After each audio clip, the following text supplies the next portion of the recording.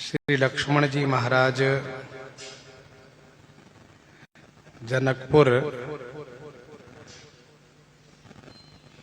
का दर्शन करना चाहते हैं, लेकिन उस अभिलाषा को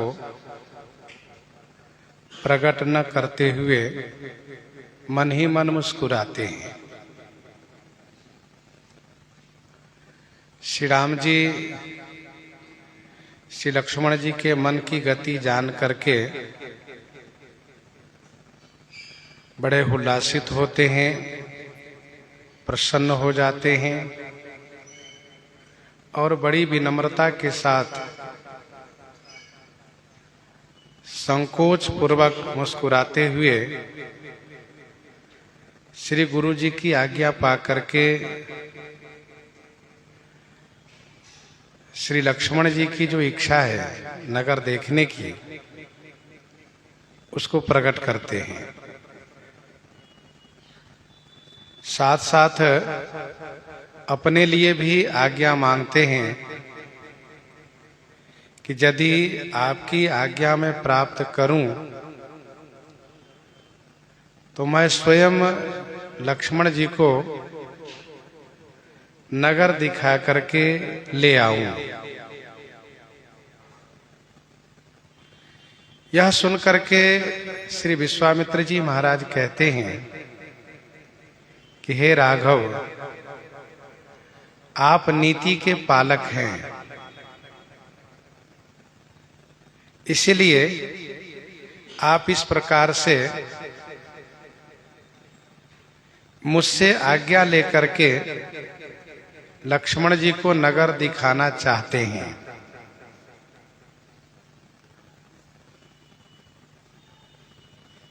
श्री विश्वामित्र जी के हृदय में श्री राम जी के प्रति प्रीति उत्पन्न हुई है और वह प्रीति वचन के द्वारा प्रकट होने लगी।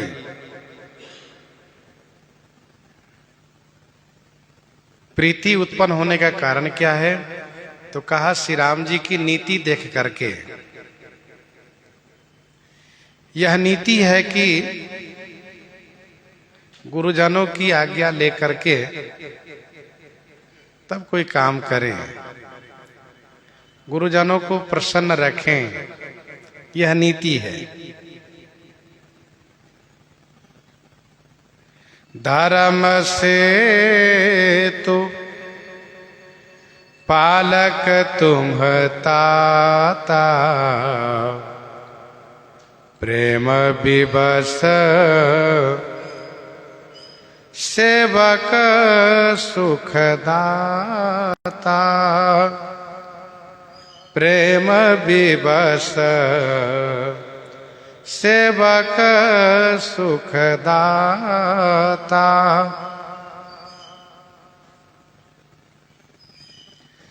धर्म सेतु पालक तुम ताता, प्रेम विवश सेवक सुखदाता। हे तात, तुम धर्म सेतु के पालक हो,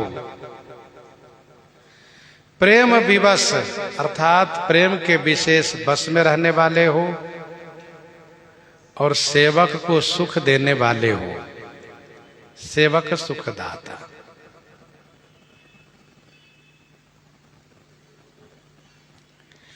परम विनीत सकुचि मुस्काई, बोले गुरु अनुशासन पाई। यही है नीति कि गुरु जी की आज्ञा पा करके तब श्री राम जी बोलना प्रारंभ करते हैं।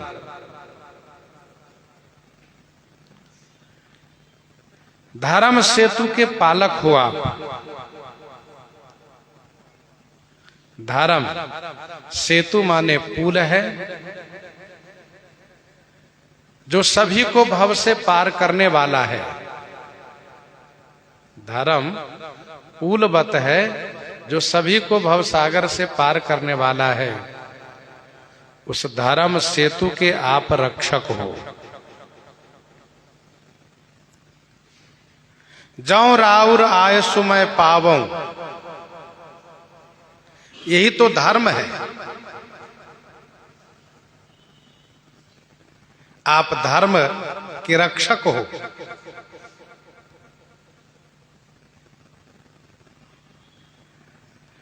प्रेम विवश,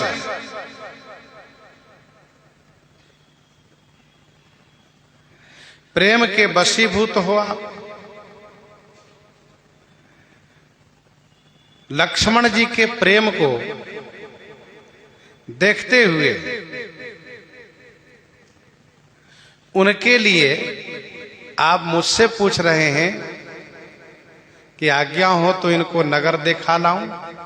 तो लक्ष्मण जी के प्रेम के विवश हो। दूसरा भाव, मिथिला वासियों के प्रेम के विवश हो आप। उनके प्रेमवश जनकपुर में भ्रमण करना आप चाहते हैं। सेवक सुखदाता, सेवक को सुख देने वाले हैं। तभी तो आपने कहा कि नगर दिखाई तुरत लई आवो। श्री लक्ष्मण जी को स्वयं नगर दिखाना चाहते हैं आप। ये सेवक सुखदाता गुण है। तो धर्म सेतु पालक तुम ताता, धर्म सेतु के रक्षक हैं आप। धर्म कहता है कि गुरुजनों की आज्ञा को पालन करना चाहिए। सिरधरि आय सुकरिय तुम्हारा, परम धर्म यह नाथ हमारा। सिरधरि आय सुकरिय तुम्हारा, परम धर्म यह नाथ हमारा। और जिस मार्ग का अनुसरण आप करते हैं उसी मार्ग पर और लोग भी चलेंगे। जैसे कि गुरु श्री वशिष्ठ जी ने श्री भरतलाल जी से कहा, समझब कहब करब तुम जोई, समझब कहब करब तुम जोई, धर्म सार जग हो यही सोई। वही धर्म का सार होगा। वैसे श्री राम जी से विश्वामित्र जी महाराज कहते हैं कि आप धर्म सेतु के पालक हैं। अर्थात जिस मार्ग का अनुसरण आप करते हैं उसी मार्ग का अनुसरण और लोग भी करेंगे। क्योंकि महापुरुष के पद चिन्ह पर लोग चलते हैं। महाजनो येन गतः सपंथा, वही मार्ग है। गीता जी के 3 अध्याय के 21वां श्लोक में भगवान श्री कृष्ण चंद्र जी ने कहा, यद यदा चरति श्रेष्ठस तत्तदेवे तरो जनः, सयत प्रमाणम कुरुते लोकस्तदनुवर्तते, लोकस्तदनुवर्तते। और श्रीमद् भागवत जी में हनुमान जी महाराज ने कहा कि मर्त्यावतारस्तु है मर्त्य शिक्षणम रक्षो बधायैव न केवलम विभो। अर्थात आपका अवतरण मनुष्यों को शिक्षा देने के लिए हुआ है, न कि राक्षसों को मारने के लिए। मर्त्यावतारस्तु है मर्त्य शिक्षणम, केवल राक्षस को मारना यह आपके अवतार का कारण नहीं हो सकता है। क्योंकि उन असुरों को मारना आपके लिए कोई बड़ी बात नहीं है। आप ऐसे हैं कि भ्रुकुटी विलास सृष्टि लय होई। जब भाव को थोड़ा सा टेढ़ा करेंगे तो सृष्टि का संहार हो जाता है। आपके लिए असुरों का मारना कोई बड़ी बात नहीं है। पर वस्तुतः आप मनुष्यों को शिक्षा देने के लिए मनुष्य रूप धारण करते हैं। महर्षि विश्वामित्र जी महाराज के वाक्य का यही अभिप्राय है कि धर्म सेतु पालक तुम ताता।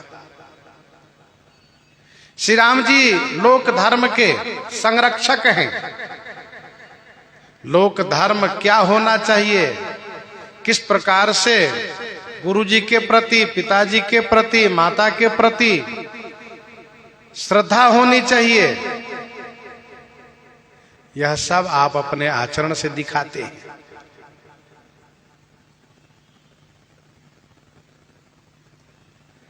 प्रेम विवश से वक सुख दाता,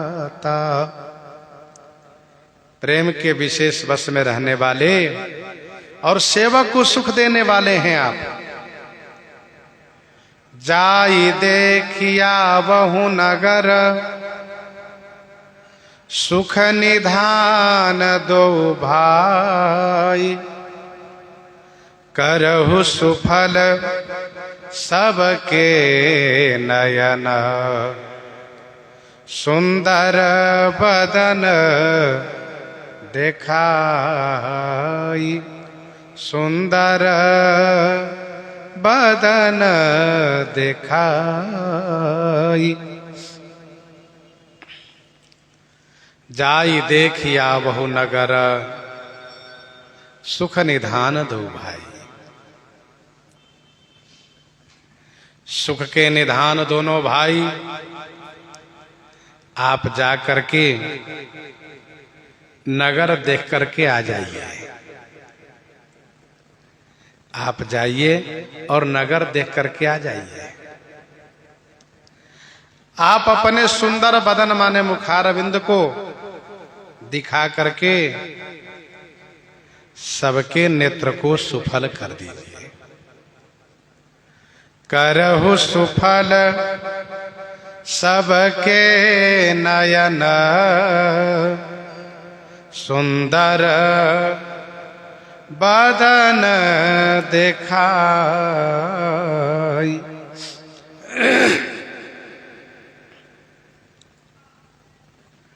जाई देखिया बहु नगर, सुख निधान दो भाई।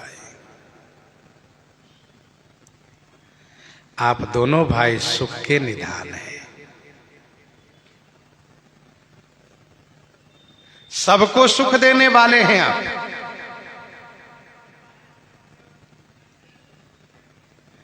श्री मिथिलेश जी ने कहा, इन्हीं बिलोकतति अनुरागा, बरबस ब्रह्म सुख ही मन त्यागा। तो आप दोनों भाई सुख के निधान हैं। गीतावली में स्पष्ट लिखा है, सुख के निधान पाए हिये के पिधान लाए। ठग के से लड्डू खाए, प्रेम मधु छाके।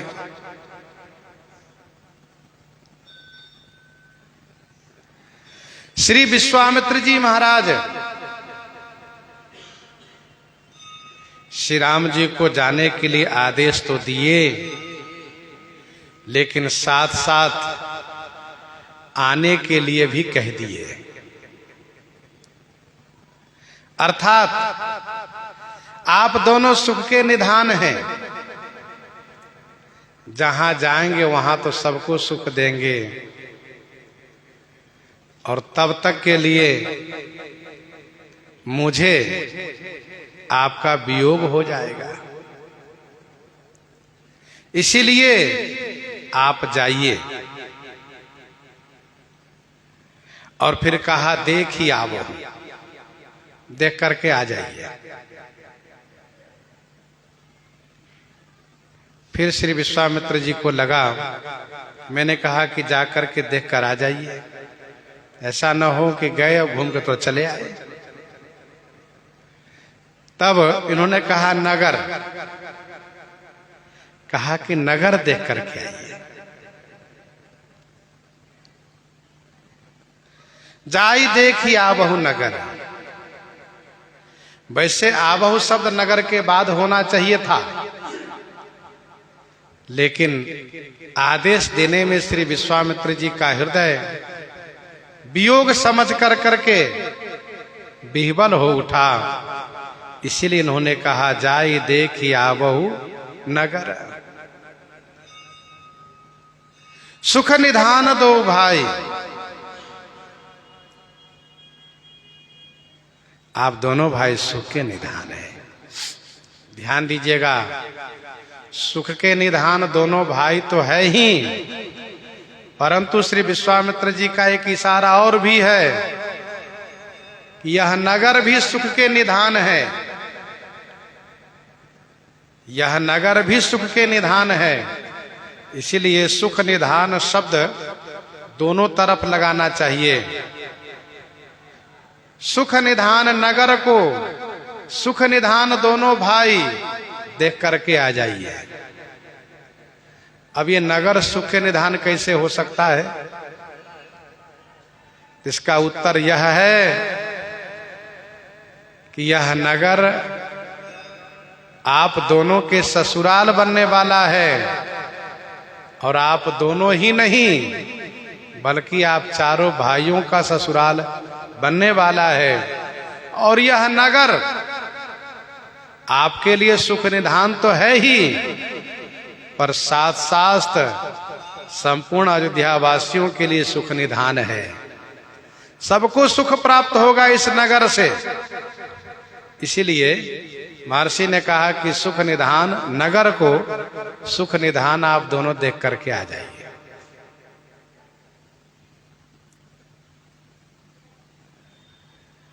श्री विश्वामित्र जी महाराज जानते हैं कि श्री राम जी बड़े संकोची हैं।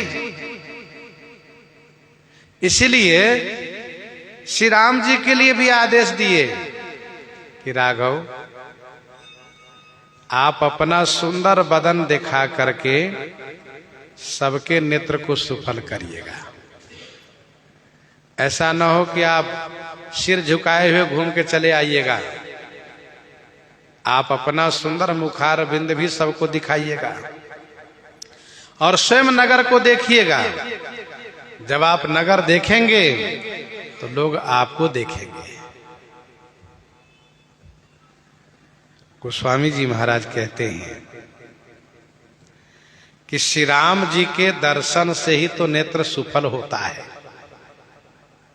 निज प्रभु बदन निहारी निहारी लोचन सुफल करो उरगारी। अब भरी अंक भेंटू मोहि भाई, अब भरी अंक भेंटू मोहि भाई, लोचन सुफल करो मैं जाई। अब भरी अंक भेंटू मोहि भाई, लोचन सुफल करो मैं जाई। कुंभकर्ण ने कहा। मारीच कहता है निज परम प्रीतम देखी लोचन सुफल करि सुख पाई हो। निज परम प्रीतम देखी लोचन सुफल करि सुख पाई हो। तो नेत्र सुफल होता है श्री राम जी के दर्शन से। श्री विश्वामित्र जी ने कहा कि सबके नेत्र को सुफल कर दीजिए आप। मुनि पद कमल बंदी दो भ्राता। मुनि पद कमल बंदी दो भ्राता। चले लोक लोचन सुखदाता। चले लोक लोचन सुखदाता। मुनि पद कमल बंदी दो भ्राता। चले लोक लोचन सुखदाता। दो भ्राता मुनिपद कमल बंदी, दोनों भाई महामुनि श्री विश्वामित्र जी के चरण में वंदन प्रणाम करके लोक लोचन सुखदाता, लोगों के नेत्र को सुख देने वाले चले माने प्रस्थान किए। मुनिपद कमल बंदी दो भ्राता। चले लोक लोचन सुखदाता।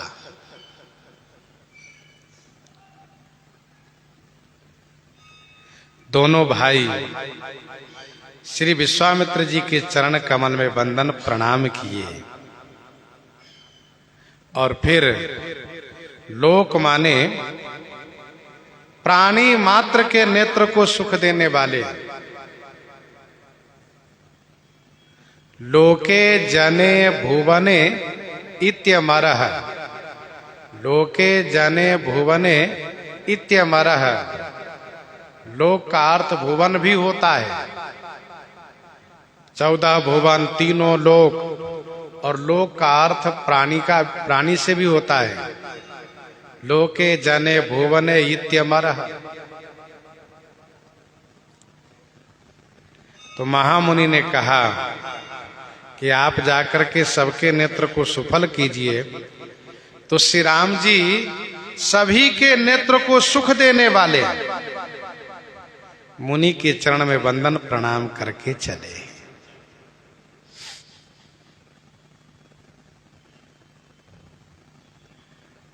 गुरु जी को प्रणाम करके चले हैं, यह एक शिष्टाचार है। गुरु जी के पास से जब जाएं तो प्रणाम करके जाएं, और जब आवे तब भी प्रणाम करें। यह शिष्टाचार है। लोगों ने कहा कि जब फूल लेने गए तब तो प्रणाम करके नहीं गए। एक जगह गोस्वामी जी यहां पर लिख दिए, इसका मतलब जब भी श्री राम जी कहीं जाते हैं तो प्रणाम करके जाते हैं, और आते हैं तो पुनः प्रणाम करते हैं। ये शिष्टाचार है, ये प्रेम है, ये भक्ति है। श्री राम जी महल से निकल करके बाहर आए, सुंदर सदन से निकल करके बाहर आए। बालक वृंद देखी अति शोभा, बालक वृंद देखी अति शोभा, लगे संग लोचन मन लोभा, लगे संग लोचन मन लोभा, बालक वृंद देखी अति शोभा। जनकपुर में सबसे बड़ा यदि भाग्य किसी का है तो वह है बालकों का। साथ लग गए। बालक वृंद अति शोभा देखी संग लगे। क्यों? कहा कि इन बालकों का लोचन मन लोभा, नेत्र और मन लुभा गया।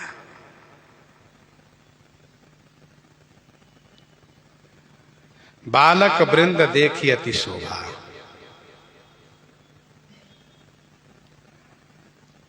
बालक समूह, बालक समूहों ने देखा अति शोभा। जनकपुर में सभी सुंदर हैं। जनकपुर में सब इतने सुंदर हैं, इतने सुंदर हैं कि इन लोगों के सामने देवता लोग फीके पड़ जाते हैं। नगर नारी नर रूप निधाना, नगर नारी नर रूप निधाना, सुघर सुधर्म सुशील सुजाना, सुघर सुधर्म सुशील सुजाना, तिन्हि देखी सब सुर सुर नारी, भय नखत जनु विधु उजियारी। जैसे चंद्रमा के सामने तारे फीके पड़ जाते हैं, जब चंद्रमा न हो तो तारेगण चमचमाते हैं, वैसे ही जनकपुर वासी रूपी चंद्रमा के सामने ये देवतागण रूपी तारे फीके पड़ जाते हैं। अब आप जरा सोचिए कितने सुंदर हैं। सब सुंदर हैं और सब लोग सुंदर के बीच ही रहते हैं।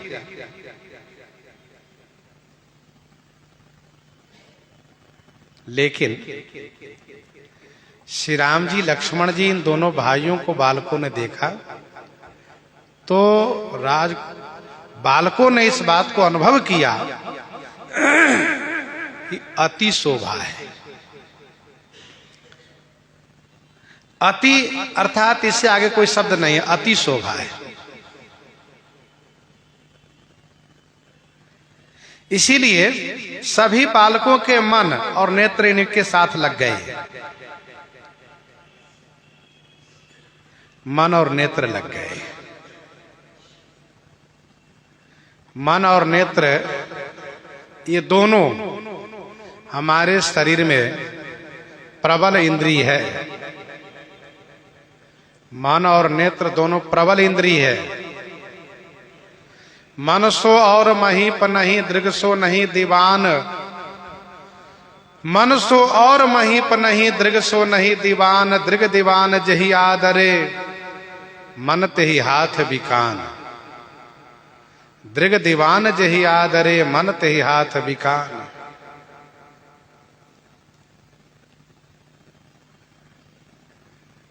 मन ही राजा है, नेत्र मंत्री है। और जैसा कि हम आप इस बात को अनुभव करते हैं कि हमारा नेत्र जिसे स्वीकार करता है, मन भी उसे सहर्ष स्वीकार कर लेता है। जहां पर नेत्र मंत्री स्वीकार करता हो तो मन रूपी राजा भी स्वीकार करता है। अर्थात श्री राम जी की छवि ऐसी है, श्री राम जी इतने सुंदर हैं कि देखते ही नेत्र कहता वाह ये ठीक है, यही अब देखने दो। मन बड़ा चंचल है, मन बड़ा चंचल है, लेकिन मन कहता है ठीक ठीक कह रहे हो तुम देखो हम भी यहीं रहेंगे, कहीं नहीं जाएंगे। तो ध्यान दीजिएगा, और जगह नेत्र से आप देखिए तो मन कहीं और खींच लेता है। मन कहता नहीं अब आगे चलो, मन कहता है कि अब आगे बढ़ो।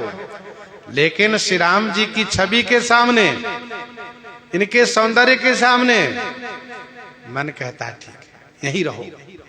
मानो वो कहता है मंत्री महोदय से नेत्र से कहीं जाना मत, नेत्र कहता है मैं बिल्कुल नहीं जाने वाला हूं।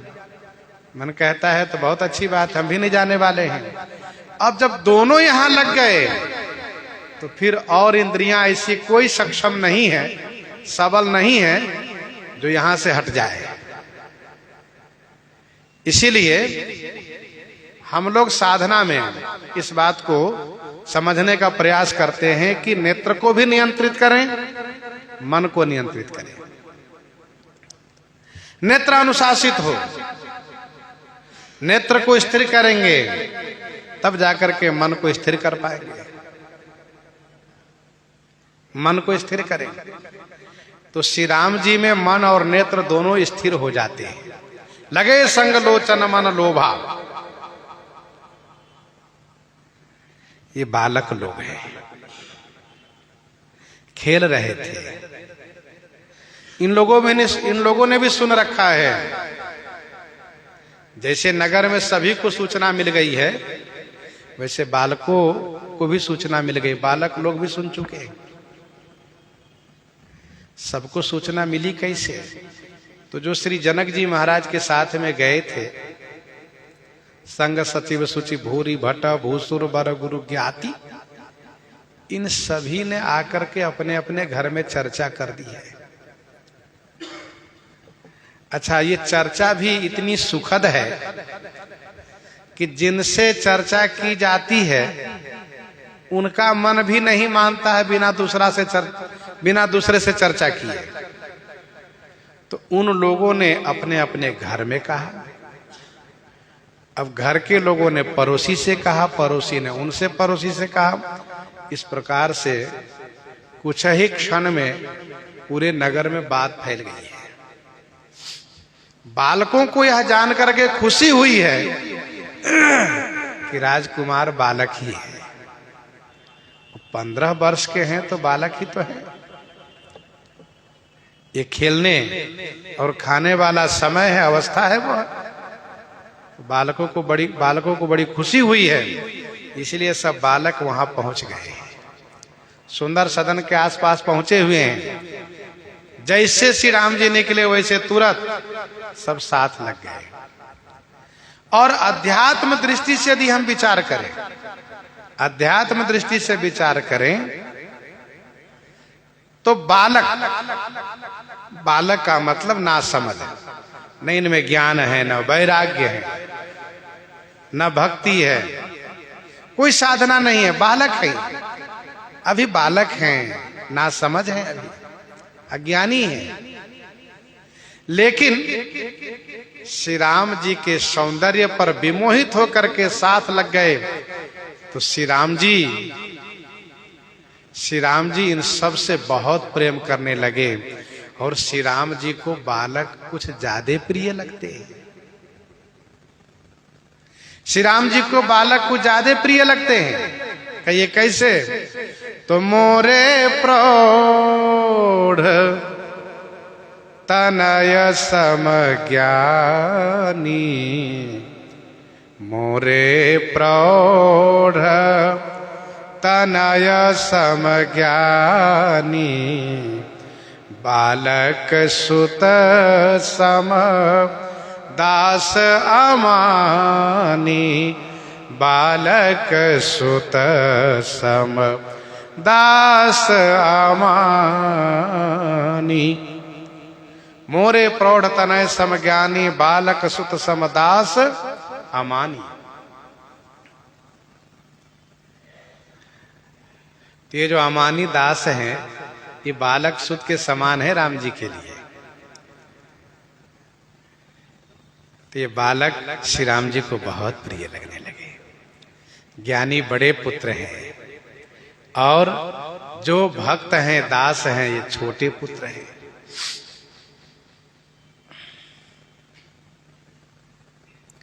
लगे संग लोचन मन लोभा।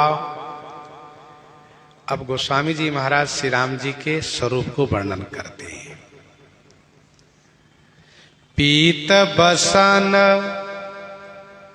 परिकर कटि भाथा, पीत बसन परिकर कटि भाथा, चारु चाप सर सोहत हाथा, चारु चाप सर सोहत हाथा। पीत बसन, पीत बसन माने पीतांबर धारण किए हैं। गोस्वामी जी महाराज वीर रस का स्वरूप वर्णन कर रहे हैं। पीत बसन माने पीतांबर धारण किए हैं। परिकर कटि भाथा, परिकर कहते हैं कटिबंध को, फेंटा को। तो परिकर में अर्थात फेंटा में, कटिबंध में, कटि माने कटि प्रदेश में, कमर प्रदेश में परिकर है, फेंटा है। तो उस फेंटे में भाथा माने तरकस बांधे हुए हैं। पीतांबर धारण किए हैं। कटी में परिकर माने फेंटा है, उस फेंटे में भाथा माने तरकस कसे हुए हैं। चारु चाप सर सोहत हाथा, चारु माने सुंदर, चाप माने धनुष, सर माने बाण, हाथ में सोहत माने सुशोभित है। चारु चाप सर सोहत हाथा, पीत बसन परिकर कटि भाथा।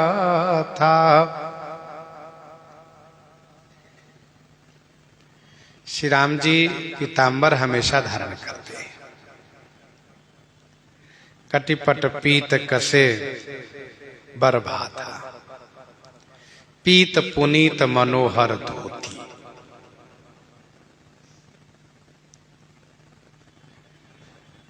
श्री राम जी पीताम्बर धारण किए और कटी बंधन में, परिक्रमा ने कटी बंधन अर्थात फेटे में तरकस कसे। धनुष और बाण सुंदर है।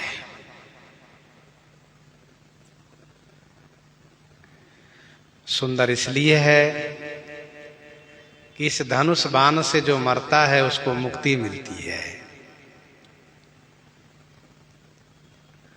रघुवीर सर तीरथ शरीरनि त्यागी गति पई हहि सही। निर्वाण दायक क्रोध जाकर भगति अब सही बस करी।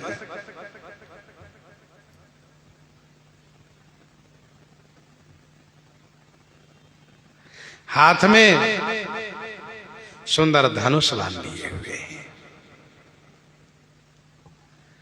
धनुष की सुंदरता इसमें है कि वह कभी खंडित न हो।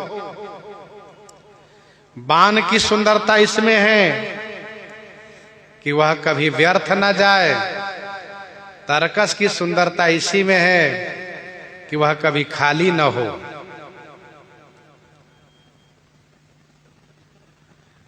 श्री राम जी सुंदर पीताम्बर धारण किए हुए और हाथ में सुंदर धनुष बांध लिए हुए हैं। श्री लक्ष्मण जी भी धनुष बांध लिए हुए हैं। और तन अनुहरत सुचंदन खोरी। तनु अनुहरत सुचंदन खोरी।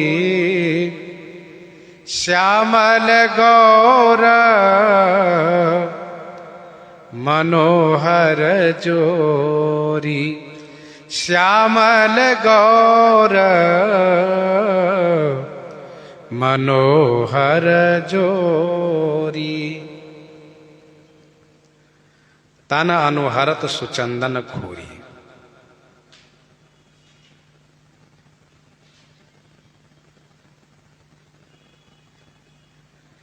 तन के अनुसार श्री राम जी सांवले हैं, श्री लक्ष्मण जी गोरे हैं, तो तन अनुहरत माने शरीर के अनुसार सुंदर चंदन की खौर है भाल पर। श्यामल गौर मनोहर जोरी। श्यामल और गोरे की मनोहर जोरी है।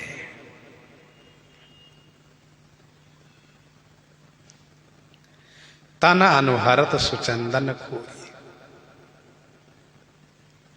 बालक लोग छवि देख रहे हैं और ये बालक लोग पूरे नगर दर्शन में साथ रहेंगे।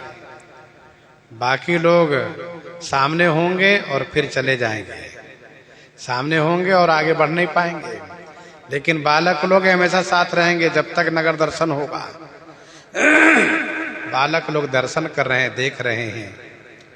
श्री राम जी के पीताम्बर को देखा, कटी प्रदेश को देखा, धनुष बाण को देखा, चंदन की ओर देखा, तो सुंदर सुचंदन माने सुंदर चंदन की खौर है। ध्यान दीजिएगा। ऊर्ध्व पुंड तिलक के बगल में जो चंदन का लेप लगाया जाता है उसको खौर कहते हैं। लेकिन खौर इतने से केवल लेपने से नहीं होता है। खौर तब होता है जब ऊर्ध्वपुंड तिलक के बगल में, जैसे सफेद ऊर्ध्वपुंड लगाए तो बगल में पीले चंदन का खौर लगाते हैं, पीला चंदन लेप करके। और कुछ लोग कंघी से घुमा देते हैं, कुछ लोग फूल से उस पर घुमाते हैं फूल से, और कुछ लोग उंगली से ही घुमा देते हैं, तो वो खौर हो जाता है। एक होता है लेप लिए पूरा, और एक होता है कि कंघी घुमा दिए, उसमें सुंदर लकीरें बन जाती है, सुंदर लकीरें बन जाती है। फूल से उस पर चंदन को लगाने से उसकी शोभा और बढ़ जाती है, तो उसी को खौर कहा जाता है।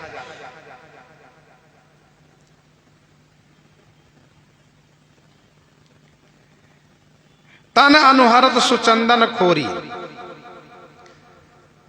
महर्षि श्री वाल्मीकि जी महाराज कहते हैं कि लाल खौर है, लाल रंग के खौर है। मानसकार कहते हैं कि तन अनुहरत सुचंदन खोरी, शरीर के रंग के अनुसार खौर है। भक्त अपनी भावना के अनुसार जैसा खौर समझें। गोस्वामी जी कह दिए कि तन अनुहरत सुचंदन खोरी। फिर भी हम लोग ऐसा समझें कि मलयागिर चंदन में केसर मिलाने से पीला हो जाता है, तो श्री राम जी के भाल पर पीला खौर है और श्री लक्ष्मण जी गोरे रंग हैं, इसलिए उनके भाल पर लाल खौर है। तो लाल मलयागिर चंदन में कस्तूरी मिलाने से लाल हो जाता है।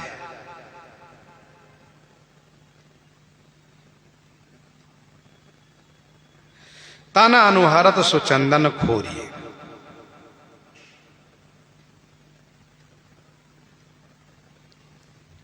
सुचंदन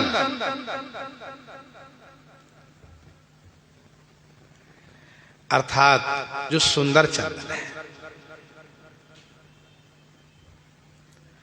और सुंदर चंदन की चर्चा गोस्वामी जी ने की है मानस जी में। जिमि कुठार चंदन आचरणी, काटई परसु मलय सुनु भाई। काटई परसु मलय सुनु भाई, निज गुण देई सुगंध बसाई। तो मलया चंदन, ये सुचंदन।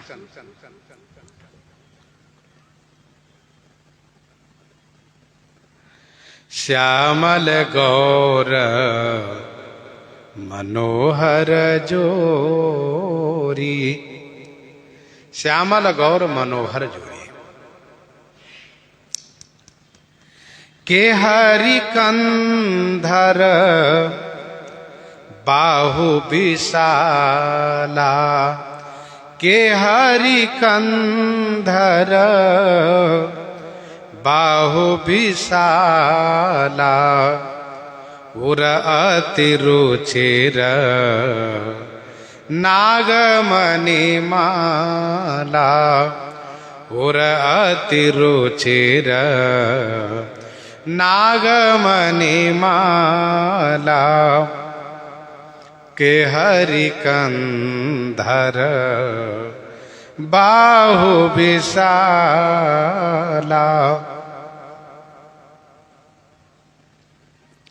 के हरि कंधर बाहु विशाला। उर अति रुचिर नागमणि माला। के हरि माने सिंह के समान कंधर है, सिंह के जैसा कंधा है। गले के पृष्ठ भाग कंधा, कंधर। बाहु विशाला, विशाल बाहु माने भुजा है, और विशाल उर माने हृदय भी है। उस विशाल हृदय पर अति रुचिर, अति रुचिर माने अति सुंदर नागमणि माला। नागमणि की माला है। के हरि कंधर बाहु विशाला। उर अति रुचिर नागमणि माला। के हरि कंधर बाहु विशाला। उर अति रुचिर नागमणि माला।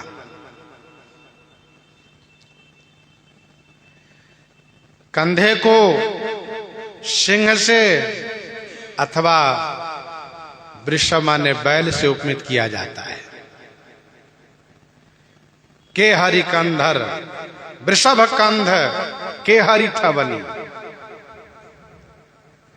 अर्थात जो शेर होता है, बब्बर शेर, उसका कंधा देखिए अथवा बैल का कंधा देखिए, मांसल होता है, मजबूत होता है।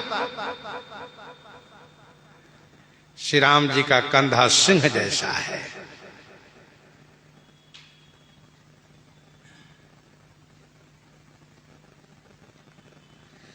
कंधर उसे कहते हैं जो सिर को धारण किया हुआ है, सिर के बोझ को धारण किया हुआ है।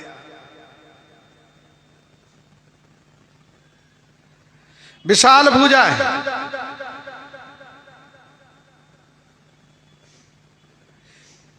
विशाल भुजा है।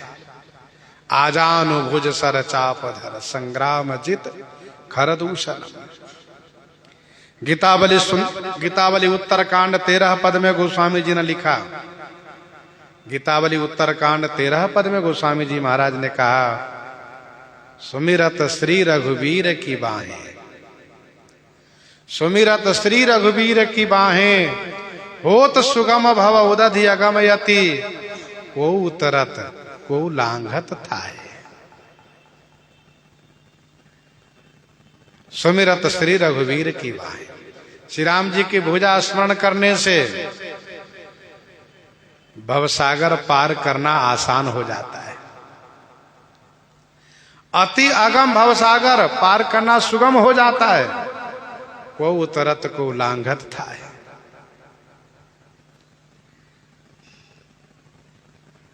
शीतल सुखद छाह जही कर की, मेटति पाप ताप अरुमाया।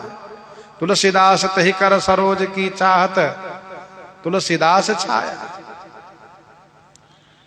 तो सुमिरत श्री रघुवीर की बाहें, आजानुभुज है।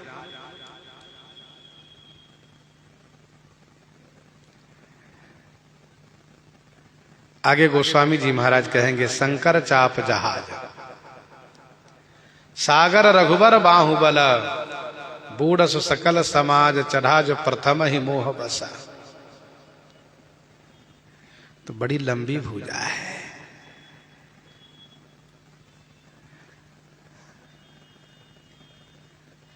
ब्रह्मलोक लगी गयो में, चितयो पाछू रात। और इतना ही नहीं, सप्तावर्ण भेद करी, जहां लगी गति मोरी, गयो तहां प्रभु भुजनी रखी, व्याकुल भयो पहोरी। तो श्री राम जी की भुजा बहुत लंबी है। के हरि कंधर बाहु विशाला।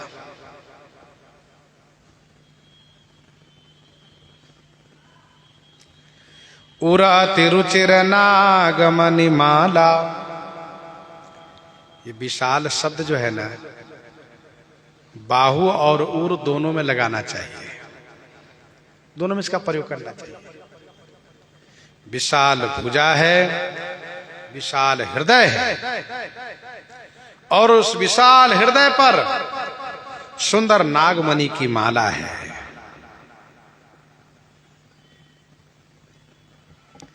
नागमणि माला।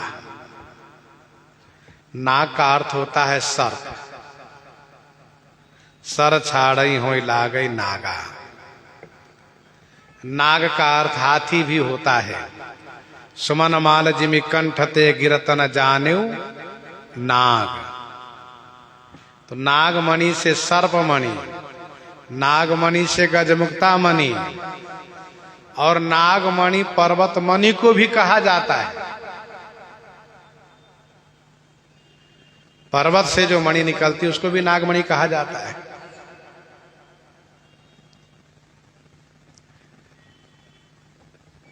मणि मानिक मुक्ता छवि जैसी, अहि गिरि गज सिर सोहन तैसी। तो गोस्वामी जी महाराज नाग कह करके मानो तीनों मणि का संकेत कर दिए।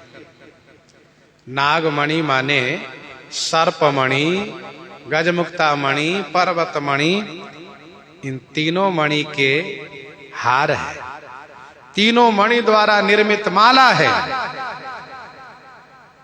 रुचिर नागमणि माला। और श्री राम जी कैसे लग रहे हैं? तो सुभग सोन सरसी रुहलोचन, सुभग सोन सरसी रुहलोचन, बदन मयंक तापत्रयमोचन,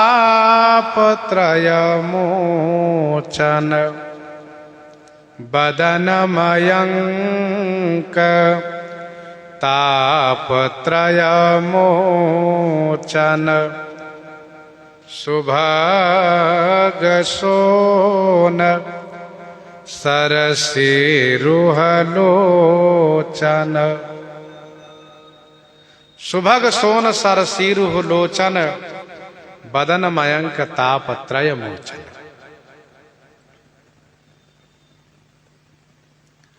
सुभग माने सुंदर, सोन माने लाल, सरसीरुह माने कमल, सुंदर लाल कमल के समान, लोचन माने नेत्र हैं।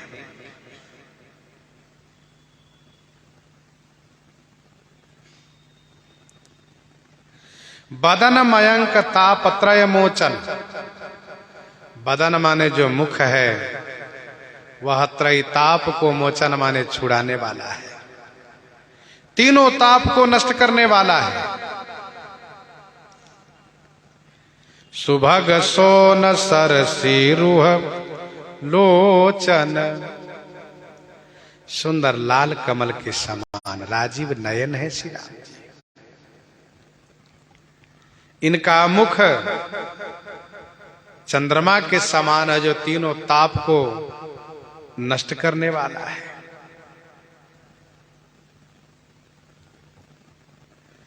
तीन ताप होते हैं, दैहिक दैविक भौतिक तापा। दैहिक ताप जिसे शारीरिक ताप कहते हैं, ज्वर बुखार आदि होना, सिर में पेट में पैर में दर्द होना। भौतिक ताप होता है जीव मात्र से प्राणी मात्र से किसी और से भय हो जाना, डर हो जाना, ये भौतिक ताप है। दैविक ताप है देवताओं द्वारा ताप होना, जैसे कि बहुत गर्मी होना, बहुत ठंडी होना, वर्षा न होना अथवा बहुत वर्षा हो जाना, यह सब दैविक ताप कहलाता है।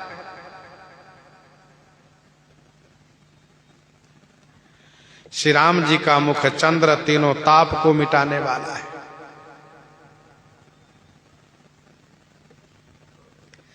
श्री जनक जी महाराज ने जो प्रण किया है, प्रण जो किया है यह दैहिक ताप है, और धनुष टूटने के बाद दैहिक ताप समाप्त हुआ तो भौतिक ताप प्रारंभ हुआ। कुछ कुटिल राजा लोग उटपटांग बोलने लगे, और फिर इसके बाद दैविक ताप श्री परशुराम जी आ गए।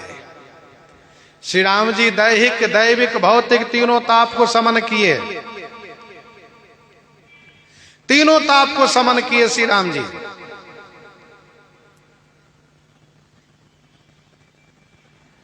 क्योंकि बदन मयंक तापत्रय मोचन, वैसे श्री राम जी का नाम रूप लीला धाम चारों त्रय ताप नाशक है।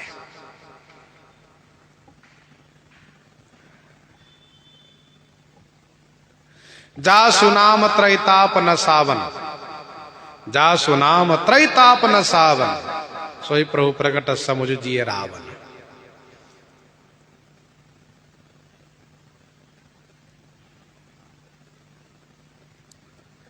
और रूप त्रैताप नाशक हैं।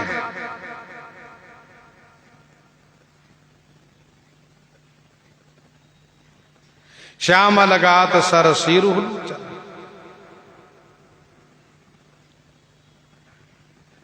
वैसे यहीं पर है सुबग सोन सरसीरु लोचन, श्याम लगात सरसीरु लोचन, बदन मयंक तापत्रय मोचन।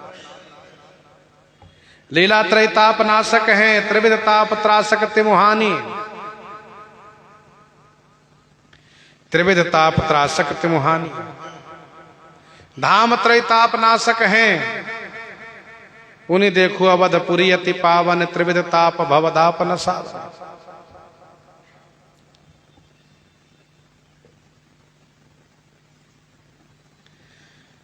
तो श्री राम जी के नाम रूप लीला धाम चारों त्रैताप नाशक है।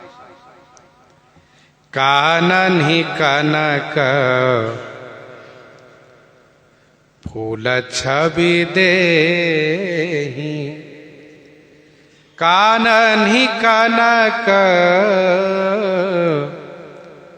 फूल छवि देहि, चितबत चितहि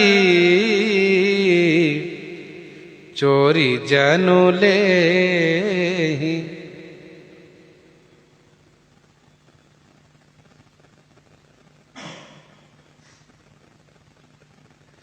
कानन ही कनक फूल छवि देहि। कानन ही माने कानों में, कनक फूल, कनक माने सोने का फूल, छवि देहि माने सुंदरता को प्रदान कर रहा है। चितवत चितहि चोरी जनु लेहि। चितवत माने देखते ही, चित्त को, जनु माने मानो, चोरी लेहि माने चुरा लेते हैं। चितवत चितहि चोरी जनु लेहि। कानन ही कनक फूल छवि देहि। कानन ही माने कानों में, कनक फूल सोने के फूल जैसा है कनफूल। ध्यान दीजिएगा, कान के कनफूल मीनाकृत होता है, मयूराकृत होता है, मकराकृत होता है, पुष्पाकृत होता है। यहाँ पर ये कनक के फूल है, अर्थात लौंग के जैसा, लौंग के जैसा यह कनक फूल है। अर्ध खिला हुआ सोने का फूल लौंग आकार में, लौंग जैसा, जो छवि को दे रहा है, सुंदरता को दे रहा है।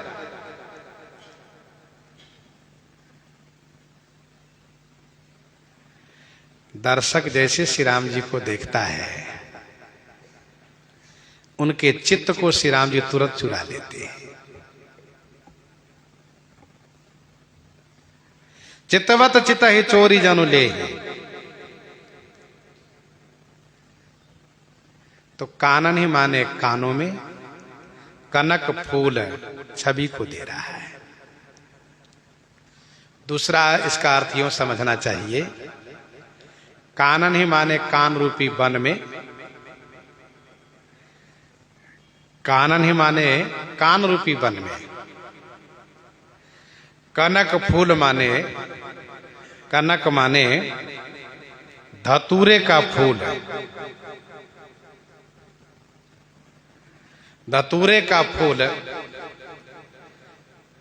छवि रूपी मादकता को दे रहा है। कान रूपी जंगल में, वन में, कनक फूल माने धतूरे का फूल छवि रूपी मादकता को दे रहा है। वैसे धतूरे के बीज में बहुत नशा होती है।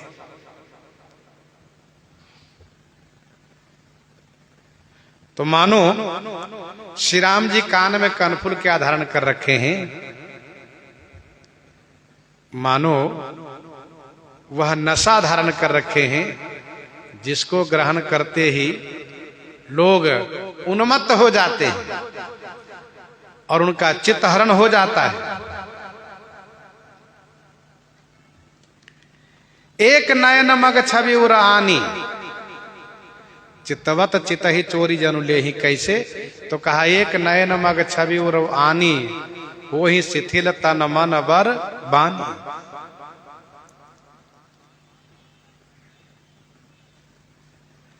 कवितावली अयोध्या कांड 24 पद में गोस्वामी जी ने कहा, जिन देखे सखी सती भाय हुते, जिन्ह देखे सखी सती भाय हुते, तुलसी तिन्हते मन फेरी न पाए। चितवत चित ही चोरी जनु ले ही। देखते ही चित्त को मानो चुरा लेते हैं। चितवनी चारु भ्रकुटी बर बाकी। इन सभी बालकों के चित्त चुरा लिए श्री राम जी। लोचन सुखद विश्व चित्त चोरा है। चितवनी चारु भ्रकुटी बर बाकी। तिलक रेख शोभा जनु चाकी। चितवनी चारु भ्रकुटी बर बाकी। तिलक रेख शोभा जनु चाकी। श्री राम जी की चितवनी माने अवलोकनी। चितवनी माने अवलोकनी। चारु माने सुंदर है। श्री राम जी बहुत सुंदर देख रहे हैं बालकों की। चितवनी चारु भ्रकुटी बर बाकी। भ्रकुटी माने भौं है, बर माने श्रेष्ठ है, और बाकी माने टेढ़ी है, तिरछी है।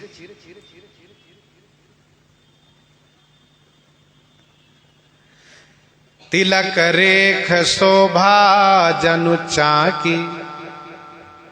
और तिलक की रेखा ऐसी है कि मानो शोभा को चाक दिया हो। चाकी माने छाप लगा दिया हो।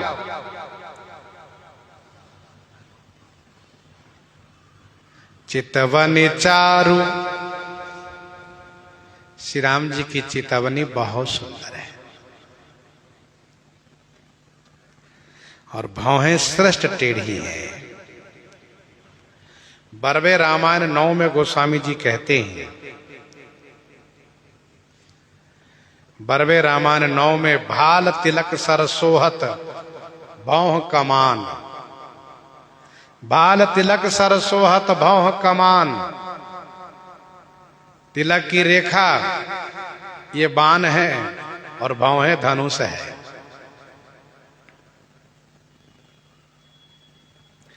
गीतावली उत्तरकांड 9 पद में गोस्वामी जी ने लिखा, भ्रकुटी भाल विशाल राजत रुचिर कुमकुम रेख। भ्रकुटी भाल विशाल राजत रुचिर कुमकुम रेख। भ्रमर द्वय रवि किरण ल्याए कर्ण जनून मेख। मानो भंवरे 2 सूर्य किरण लेकर आए हैं कमल को खिलाने के लिए। वहीं 12 पद में पढ़ना चाहिए,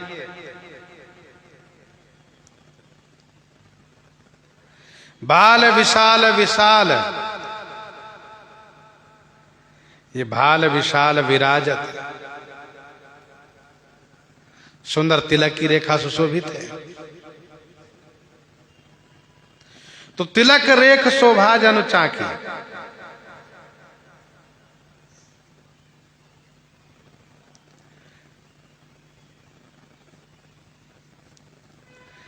चाकना कहते हैं छापने को, चिन्ह लगाने को।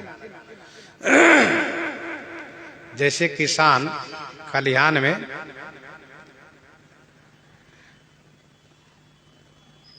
अन्न के ऊपर, अन्न की ढेर हो, गेहूं है, चावल है, उसकी ढेर पर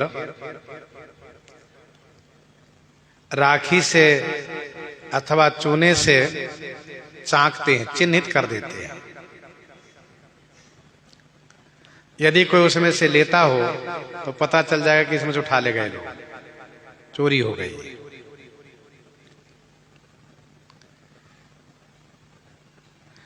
पहले किसानों के खेत में ही सरकारी अधिकारी जाकर के चांकते थे, इस प्रकार से चिन्हित करते थे कि ये राजकोष के लिए हैं और ये आपके लिए है। तो सबसे बढ़िया इसको समझने में आसान तरीका ये है कि खलिहान में जो गेहूं या धान का ढेर होता है उसको चाका जाता है और चूने से अथवा राख से अथवा और कोई वस्तु हो उससे चारों तरफ घुमा देते हैं, ऊपर भी ऐसे ऐसे घुमा देते हैं। तो इससे होता है कि कोई भी कहीं से उठाएगा तो उसका चिन्ह बिगड़ जाएगा, तो वे समझ लेंगे कि हाँ इसमें से गायब हो गया है। तिलक की रेखा ऐसी दिख रही है, ऐसी लग रही है कि मानो श्री राम जी की शोभा को चाक दिया हो, अथवा तो यूं कहिए कि तिलक की रेखा ऐसी दिख रही है कि मानो संपूर्ण शोभा को अपने ही अंदर कर लिया हो, चाक लिया हो, छाप लिया हो। कवितावली सुंदरकांड में इस शब्द का प्रयोग गोस्वामी जी ने किया है। कवितावली सुंदरकांड में इस शब्द का प्रयोग गोस्वामी जी ने किया है 32 पद में। तुलसी त्रैलोक की समृद्धि सौज संपदा, तुलसी त्रैलोक की समृद्धि सौज संपदा, सकेली चाकी राखी, सकेली चाकी राखी, राशि जांगर जहान भो। तो चाकी राखी वहां पर लिखा हुआ है। तो तिलक की रेखा मानो शोभा को चाक दिया हो, अर्थात छाप लगाया हो, मुहर लगाया हो, छापा हो।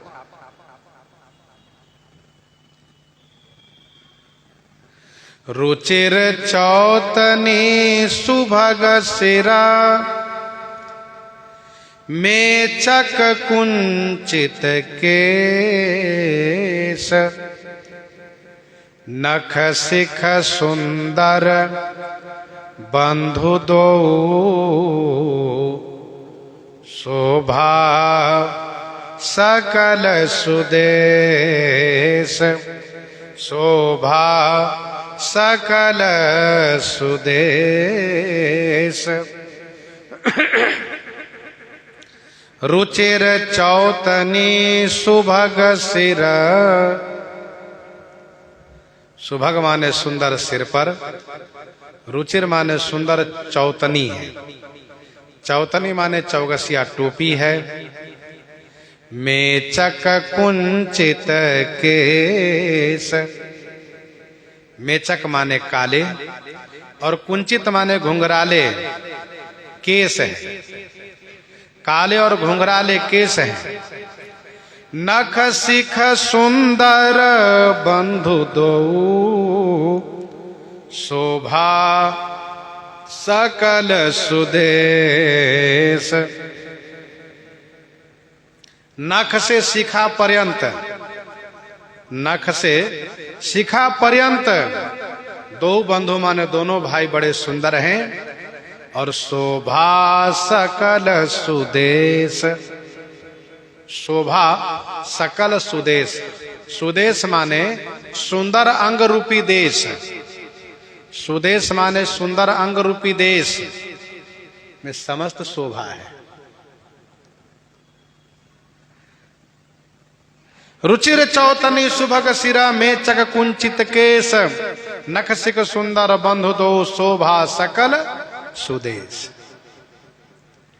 नख से शिखा पर्यंत, ऐसा नहीं कि केवल कटी से सिर तक ही सुंदर हैं, सो नहीं, वीर रस का स्वरूप वर्णन गोस्वामी जी ने किया है, इसलिए केवल कटी से सिर तक कहा। फिर इसके बाद गोस्वामी जी ने ये कहा कि नख से शिखा पर्यंत सुंदर ही सुंदर है। नखसिक सुंदर बंधु दो शोभा सकल सुदेश। इस प्रकार से बालक लोग भगवान श्री राम जी की छवि को अवलोकन कर रहे हैं। धीरे धीरे श्री राम जी नगर की ओर बढ़ रहे हैं। प्रसंग को हम आप यहीं पर हृदयंगम करते हैं। आइए श्रवण करते हैं श्री भक्तमाल जी से।